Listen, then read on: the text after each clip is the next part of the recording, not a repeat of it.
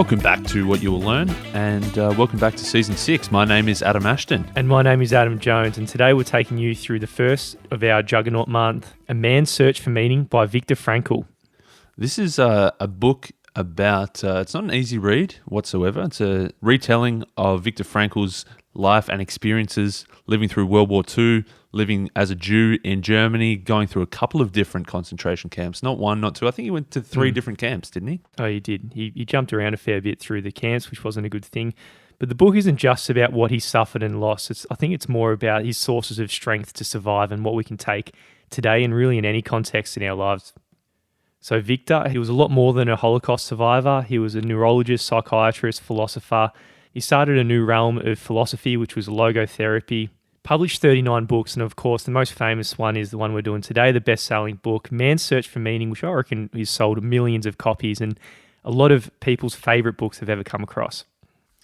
This book isn't necessarily a historical account of all the facts and figures and everything from the Holocaust. What it is, it's his personal experiences and the personal experiences of those that he was in the camp with, that he saw around. It's obviously reflective of millions of people who suffered through that time. And it's just really these tales of some people never made it out alive. In fact, most people didn't make it out alive. Some people did. And I guess a retelling of trying to find, how did the life in concentration camps affect different people in different ways? Frankl's concern is more about the question of how the hell did anyone survive this? As terrible as Auschwitz was, what we can learn through the book today is life is not primarily a quest for pleasure, as, say, Freud believed, or a quest for power, as Alfred Adler taught, but it's really a quest for meaning. He quotes Nietzsche in saying that he who has a why to live can bear almost any how.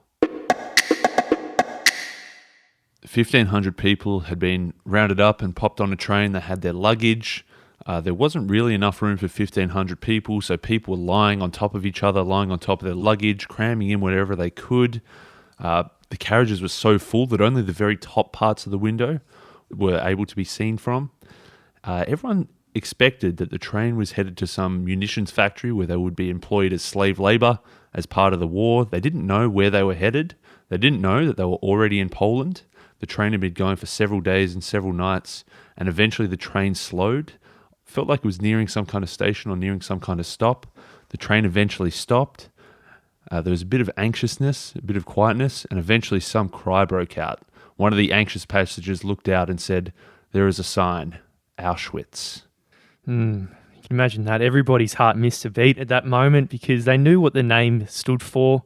It had a reputation already, this place: gas chambers, crematoriums, massacres, and almost hesitantly, the train actually just sped up as it went past, as if, it was trying to spare them this dreadful realization that was sweeping through the train. And as they arrived, the sun was coming up, the dawn was arising, and the outlines of the immense camp became visible as they arrived. So when they rocked up, there was long stretches of several rows of barbed wire fences, watchtowers, searchlights, and long columns of ragged human figures who'd obviously been working there for a while. So step by step from the train through to the camp, they became more accustomed to this new horror that they faced. Some of the people who had just got off the train, they looked inside the camp and they saw the prisoners that had been there for a little while, and they said, "Oh, actually these prisoners look quite well, who knows, maybe we're going to be okay here." In psychiatry, this is known as the delusion of reprieve. Just before they were about to enter what they knew they were about to enter, they were hoping that maybe it wouldn't be so bad. Psychiatrists, psychologists, they found that this is actually true of people headed to execution as well. People who have been sentenced to death, they're on their final march, they're walking up to the chair or wherever they're headed, and they get this illusion that maybe there's going to be this last minute reprieve. Maybe that phone's going to ring and the governor's going to save them. You see it on TV shows all the time where just they're about to hit the switch and the big dog or the president calls to give them a pardon. They're just hoping that they're going to get this last minute reprieve. And that's exactly what these people getting off the train were hoping for. They thought, look, we've heard the stories of Auschwitz, but maybe it's all stories. Maybe it's okay. Maybe we're going to be looked after here. Yeah, I could absolutely imagine that. I think we all got this illusion that we're not going to die one day. I think even if my death was coming, I just wouldn't believe it, sort of thing. So you'd hope that new miracle drug, you're lying on the deathbed and they say, "Oh, we found this new experimental drug that's going to give you an extra 10 years." You're always hoping for that last minute reprieve. So the authorities, they were only interested in the captive numbers. So these numbers, they were tattooed on the skin, also put on a certain spot of the trousers or the jacket or the coat. And any guard who wanted to make a charge against a prisoner, they wouldn't say, "Hey, Vic, we're against you at the moment." No, it's all about the number. And Victor was 119,104. And at this stage, his identity was stripped until this is all that was left of him. Yeah, all their possessions were removed from them. Anything that they brought with them, they were told to leave their luggage behind. They were stripped down. They were given these striped uniforms. Their heads were shaved. They were really depersonalized in every element. Anything that made them who they were previously was gone. Their hair was gone. Their clothing was gone. Their belongings were gone. Even their name was gone, and they just became 119104, and that was that. That's who you were from now on. You weren't who you were before. You're now just a number. The first process when they hopped off the train was the selection process, right? So, there was a SS soldier who had this finger that pointed left or right to each prisoner. Nobody knew what it meant, whether it goes left or right, what happens next. One by one, they would step up. The SS soldier would put their hands on them. They'd check them out a little bit, and they'd either point to the left or they'd point to the right. More often than not, it was pointing to the right. And this was the very first selection. Later that evening, it became extremely apparent what left or right meant. It was the verdict of existence versus non-existence. Victor, he walked up. The SS soldier put his hands on him. He gave his shoulders a bit of a shake. He felt how he was standing up. Was he walking okay? Was he looking okay? Was he looking tough? Victor, he got pointed to the left. And what they found out was that the left means work, but for the vast majority that was sent to the right, that meant death. So they later found out that night that the 90% who went to death, they went into a building with the words bath written on it with every European language, essentially. And they walked in, they were given a piece of soap. And then we don't really have to say what happened after that. I think enough's been said on that. So obviously at this very stage, the 10% were extremely lucky to be put where they were in a relative sense, not in an absolute sense, absolutely. Because on the first day, they woke up after an awful sleep, as you could imagine, to an SS man. And he said, "I'm going to give you 2 minutes and everybody needs to get fully undressed, drop everything, and you're going to take nothing except your shoes."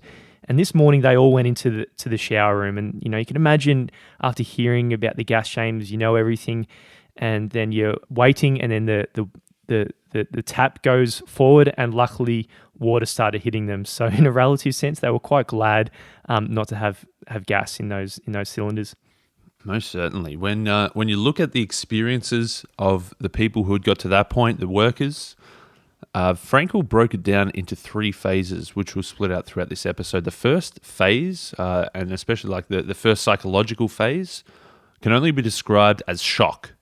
Like there were so many things looking around this camp that were absolutely shocking. Obviously, they were shocked that 90% of the people that had come on the train with them weren't with them anymore. They were shocked by all the things that were going on around them. They were shocked that they were stripped of everything they owned and everything that they were. And they were just basically just shocked at everything that was going on. The thought of suicide, as you can imagine, was entertained by nearly everyone who went in there, if only for a brief moment. And it was born of the hopelessness of the situation because there's this constant new danger that was escalating all over them of death. And the closeness of the death suffered by everyone else, like your friends and your family, you saw what was happening. So in this first phase of shock, they didn't really fear death. Even the gas chambers, as bad as they were, they didn't fear them as much because in one sense, the gas chambers actually spared them the act of committing suicide and not having to entertain those awful thoughts. After that initial selection, that initial left or right, and the 10% that were chosen for work and spared another day, there was actually multiple selections. It happened quite regularly that quite often they would go through these selection processes. The strongest and the fittest would be kept for work, and those who weren't strong enough anymore to keep working would be sent along with those other 90%. There was actually one of the blokes that had been around there for a long time, had learned a couple of tricks of the trade, and he got a group of them together and said, "There's one thing I beg of you is to shave daily if at all possible. If you have to, use a piece of glass, whatever you need to do to get it, even hand over your last piece of bread to get that piece of glass. Because to use that glass and to shave every day, it will make you look younger, which makes you look fitter. Also, the scraping makes those cheeks look a bit tougher, so it makes you look like you're stronger. So if you want to stay alive, there's only one way, and that means to be fit to work and to look fit to work. Yeah, he said sooner or later, every single man who looks miserable or beaten down or sick or emancipated, or, if you're limping because you got a blister in your heel, anything like that, there's only one destiny. And the next day, you're going to find yourself in the gas chambers. So he looked around at everybody and examined their condition. And he, unfortunately for Frankel, he said, none of you are going to have to fear the next election, right? I think there's one of you over there. And he pointed to Vic and said, except you. If I was you, I'd be a bit worried about what's to come in your future. Man, that's a horrendous thing. To think everybody's safe except for you. You'd be pretty, I don't know, you think you'd be pretty disappointed, but Frankel smiled. And he says it was a weird reaction to being told that you're probably going to get sent to the chambers tomorrow. But at that stage of the whole experience, he said that whilst it seemed an abnormal reaction, it was such an abnormal experience that an abnormal reaction was almost normal. And he was pretty convinced that anybody in that position would have also smiled. Just off air, we were talking about trying to bring some lightness into this episode, and it unfortunately isn't full of light. We knew this going in there. Yeah. There's a lot to learn from Victor, but there is so much suffering in this book. It can be quite heavy. So we're just calling that out a bit as we keep continuing on. Yeah, we normally like to have a bit of banter and a few gags. It sort of feels hard to work a gag into this. It is a little bit, but I think it's a very powerful episode if you keep on listening through, because his experiences is something, and his lessons is something we can all take away. Yeah, absolutely. So we spoke about how phase 1 was just all about shock. They just were in complete disbelief and complete shock about what was happening around them. Very quickly, they moved into phase 2, which was apathy. And apathy was just the absolute blunting of emotions. I feel like they couldn't really care anymore. They felt like there was really no reactions. They were completely insensitive, as in it didn't matter what happened around them. They had this protective shell where nothing got in, nothing got out, and they were just pretty much dull. You can imagine in stage 1, if something really bad happens, like, your mate who you're marching around with in the cold just gets smacked up by a prisoner with his baton and beaten up on the ground to an inch of life. At the start, you're just shocked. You've never seen anything like this before. You're like, how the hell can another human being, an SS soldier do this to another human? But days or weeks later, when you start seeing it all the bloody time, things began to change. Rather than looking away in shock, you're kind of just looking at it with complete numbness of your senses and emotions. So you're not even looking away at this stage. So this is stage 2, where you're not even averting your eyes at all. You watch on, and it's like your emotions feel like they've completely dissipated out of the body. Your feelings are blunted, and you can just watch all sorts of atrocities unmoved. There was a 12-year-old boy who'd been forced to stand and work in the snow for hours on end with no shoes, and his feet were badly frostbitten. He got carried to the medical bay to see the doctor, and the doctor said, it's too far gone. Your toes are completely dead. And the doctor whipped out some tweezers and pulled off those black gangrenous stumps one by one. Mm. People were just looking at that. Normally, you would be disgusted, you'd be horror, there'd be pity. But the people in stage 2, they just looked on and thought, mate, I can't even watch horror scenes in just a Netflix movie, let alone something like that. It's in horrendous. Real life, isn't it? In stage 1, if someone died, it was obviously met with sadness, guilt, grief. But in stage 2, death took on a whole new message. After someone had died, people would just sort of look around at each other, see who was going to make the first move. With no emotion whatsoever, they'd walk up one by one to this still warm corpse and see what they could grab. Maybe it was half a slice of bread that was in his pocket. Maybe one would go up and take his shoes. Maybe one would go and take his belt. Another would go and grab his coat. Eventually, those prisoners in phase 2, death meant nothing to them other than an opportunity to try to further themselves. So it's an abnormal world they're living in right now. And one evening, Viktor Frankl, he woke up to someone kind of groaning in his sleep and tossing and turning, and he threw himself out of bed, still like sleepwalking, obviously in a horrible nightmare.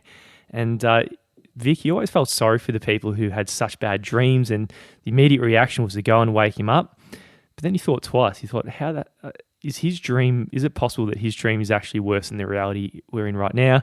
And rather than putting his hand to wake him up, he took his hand back in and went to bed and let this guy continue on his nightmare. Oh, that's pretty rough when you don't want to wake up someone from the nightmare because the world they're living in is worse than the nightmare they're imagining. It's pretty horrendous. Goes without saying, I think. Their food, they were rationed this watery soup that was given out once a day.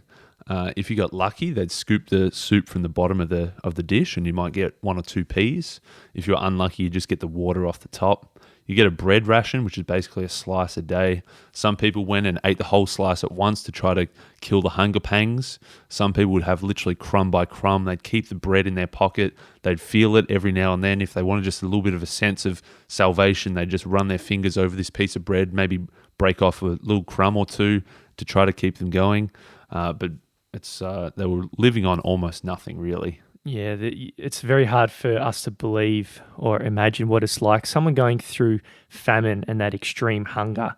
But this is what it's like. Your whole mind cannot get off food and caressing breadcrumbs, and it gets into kinky weird stuff like that. It does definitely. We got one gag in there. That's it. That's good. It was a pretty weak gag, though, mate. Gag, but we'll take what we can get. The biggest issue, the hardest thing, is waking up in this nocturnal hour. One morning, they began to tussle into their wet shoes, and he heard another man who's normally got his shit together, even in the camp, so he's one of the stronger ones there. He's bawling his eyes out, right? He's on his knees crying, and that's all because he just found out that this is the first day when he tried to put his shoes on, because progressively the feet were getting more and more swollen. Today he couldn't fit his shoes on, and he had to walk out there without shoes into the freezing cold, the bare feet, to do the work for the whole day. And moments like this, Victor, he kind of grabbed a tiny bit of breadcrumb and munched into light, because that's the only thing that could get his mind off these things. Yeah, he realised that even in the state that Victor was in, he at least knew that he had a little bit of a breadcrumb, and that things could be worse, effectively. And he just took salvation knowing that things could be worse. But the mind sort of played all sorts of tricks like this. They went to all sorts of different escapes. For Victor, he'd escape into a bit of a fantasy land. He'd live in the past, in the sense that he'd remember taking bus rides around the city, going to work. He'd remember coming home, unlocking his front door, walking into his apartment, answering the telephone, speaking to a friend. This inner life became more and more intense and more heightened, in the sense that he was creating the fantasy world. He often did this as a way, not even intentionally, but his mind took his focus off all the atrocities that were going on around him and just lived in the fantasy land. Yeah, there was this intensification of inner life which all the prisoners could have. Like one morning when they were on a train going from Auschwitz to another Bavarian camp, they all noticed the sunsets. And, like us today, right now, going through a sunset, it's pretty nice. But these people, they were so deep in their inner experience, they'd never seen anything like it. And anybody who looked at them, their faces through the carriages, you just wouldn't believe for a second that these people have given up hope. They even developed a sense of humour, which you'd think would be impossible to find anything funny or anything humorous in these times, but it was one of the mind's great coping mechanisms. As you said, they were heading on a train to a different camp. They didn't know where they were going. They thought they were going to Mauthausen, and that was something they'd heard was this bad place. We know that Auschwitz is bad, but apparently this was even worse. Then the train pulled up and they saw the sign Dachau, which was also bad, but nowhere near as bad as Mauthausen. And they were just like overjoyed. They were overjoyed. It didn't have a chimney, this place. It didn't have a chimney, so they were cracking jokes for hours. They were so happy that even though they'd been taken to another concentration camp where they were going to have months, weeks, years of suffering and hard labour, forced slave labour, but thank goodness there was no chimney, so they were over the moon. Yeah, I think this is one of the biggest lessons here. It's just the relativity of all suffering that can happen in a human's life. Like if you just have that as an absolute thing, going to Dachau, is that how you pronounce it, Ashjay? Close enough, yeah. We'll go with that. That in an absolute sense, you'd say there's no way anyone would possibly enjoy that. No. But in a relative sense, if someone's coming from a more awful experience like it is in Auschwitz, to that, relative point of view, they're all of a sudden dancing and overjoyed. Probably one of the more pleasurable moments of their entire lives. They became grateful of these smallest mercies. They even at this place they got a toothbrush as well, which after I guess having stinky breath for 3 years in Auschwitz, they thought it was fantastic. They've got a toothbrush now. Just this tiny thing that maybe sometimes when you're going to bed and think it's just a pain to head to the bathroom for a minute and a half, 2 minutes to brush the teeth. that it's almost an inconvenience to you. These guys were just overjoyed by the smallest of things. Well, their expectations every day are just anchored in such an awful experience. I remember Victor in the book, he spoke about one day where he got an extra little potato at the bottom of his soup. And, he hung on to that for a couple of weeks. He said that kind of brought so much joy for so long, just this little bit of potato. It's crazy. He uses the analogy. He says suffering is like a gas, in that the behavior of suffering inside the brain is like the behavior of gas inside a chamber. If you put a little bit of gas inside the chamber, it spreads out to evenly fill that whole chamber. No matter how big the chamber, it spreads out evenly. So he says that suffering is the same, in that a small bit of suffering spreads out evenly and fills the whole chamber of your mind. So what he's getting at here is that suffering, of course, it did fill Victor's soul in a lot of ways and the other prisoners. So there was a lot of gas in this chamber, using that metaphor. But in the other sense, it can fill other people's souls almost entirely as well, just with a little bit of gas. If you're on a Monday morning, you're not enjoying your day, your boss yelled at you, you're having issues with your partner, anything like that, a small bit of suffering, that could actually fill your entire soul for the week. And the net result of the net experience on the brain could be exactly what Victor experienced in the concentration camps. So he's saying that suffering is relative, in the sense that obviously Victor and all the other prisoners were going through immense suffering, but that suffering filled the whole brain. And you can probably feel like you're going through some immense suffering yourself. If you put it into perspective of Victor, probably whatever you're going through isn't quite as bad, but it feels just as bad.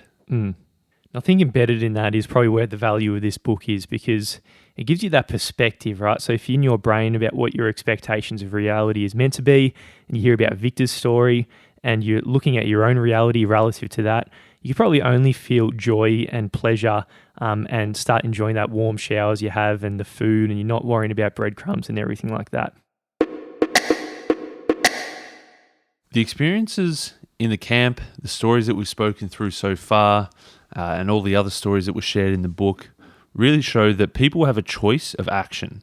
There are plenty of stories, often of a heroic nature, that showed or that proved that apathy could be overcome. There were stories of people who would walk through the different huts of the concentration camps and comfort their fellow prisoners. There were stories of people giving away their last 2 breadcrumbs.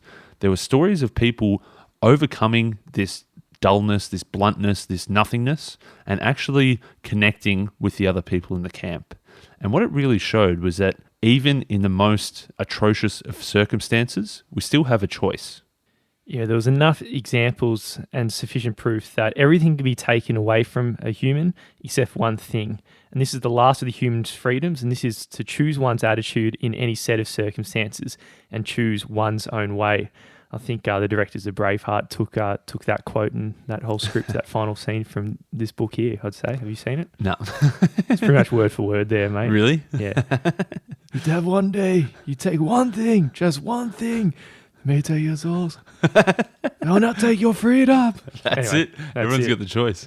Everyone's got the choice. Every day, every hour, you've got the choice. Even through your suffering, even whatever external circumstances are happening around you, internally, you still have the choice as to how you're going to respond to those circumstances. So seen from this point of view, the mental reactions of the inmates of a concentration camp or those of us just living in everyday society can be merely more than just a certain set of physical or the sociological conditions, the things that are happening around you. Even though things can get really bad, it might be lack of sleep, insufficient food, and various mental stresses and physical stresses that get thrown on the human body. In the final analysis, what it comes down to, that it's not all about the external influences alone. It's about what you have inside of you. You might be able to retain your human dignity even when things get as bad as it is in a concentration camp. And not only that, there might be opportunities for this suffering. There's a quote here by your mate Ashto Dostoevsky. He once said, "There's only one thing I dread, and that is not to be worthy of my sufferings."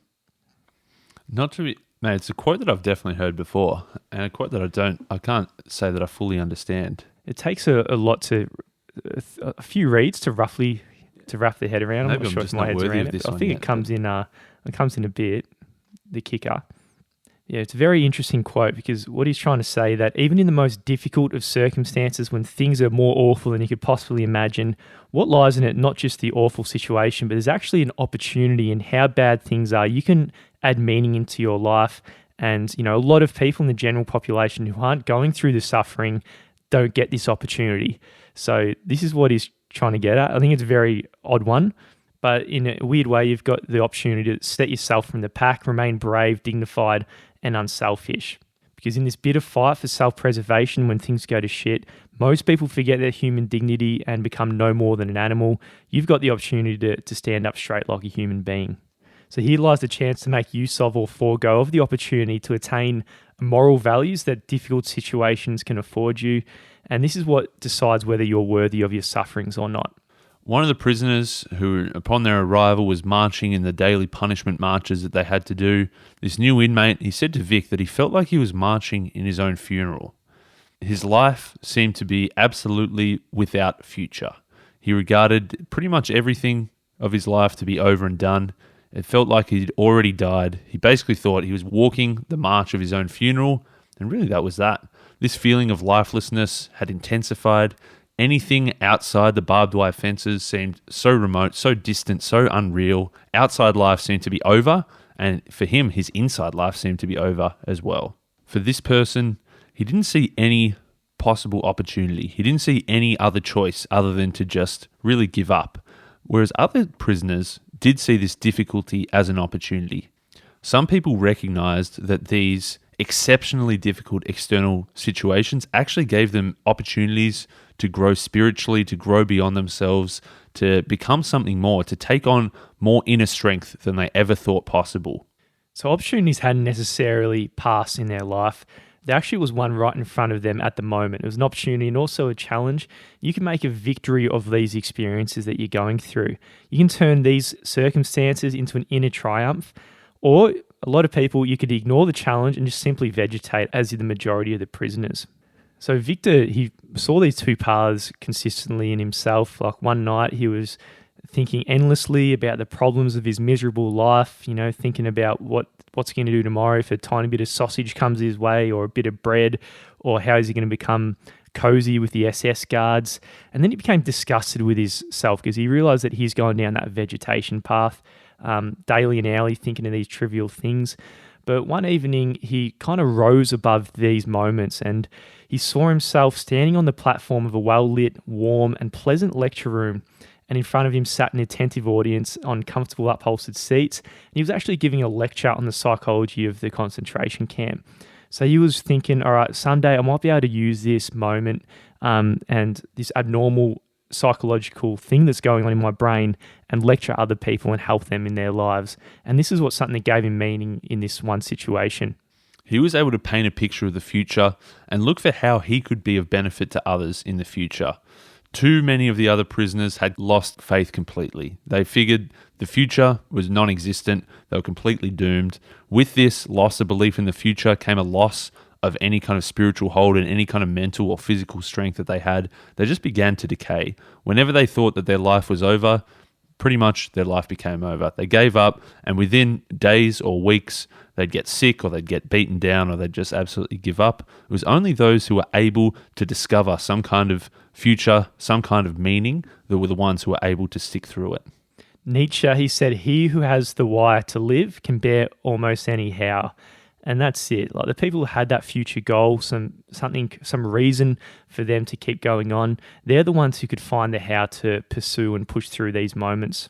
Probably the biggest banger of the book, he says that we need to stop asking about the meaning of life and realize that it is we who are being asked. Life is asking us what meaning we're going to attribute it. We can't find some external meaning. It's us that we need to decide and come up with our own meaning.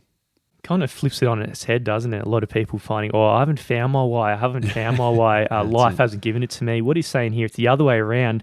And it's life that's asking you not just over your life or monthly or weekly. It's a moment-to-moment question that you've got to fulfill yourself. After going through all of Frankl's own experiences, plus seeing all those around him, the ones that were able to stay strong and the ones who were able to fight it out, he found that the people that had discovered some kind of meaning or created some kind of meaning in their life was really in one of three areas. Either they found meaning through work, as in doing something significant, wanting to create something significant for others, or they found it through love, which was, caring for another person very deeply, or they found it in having immense courage in these difficult times.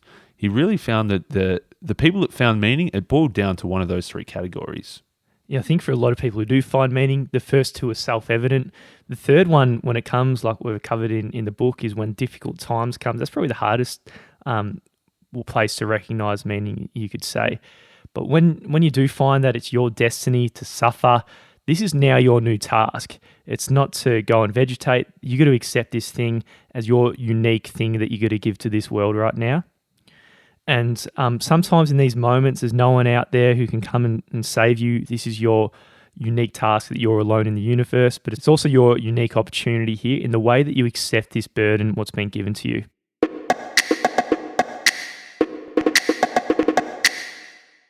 To wrap up this episode, we'll revisit this quote that we've mentioned a couple of times from the big bad Nietzsche.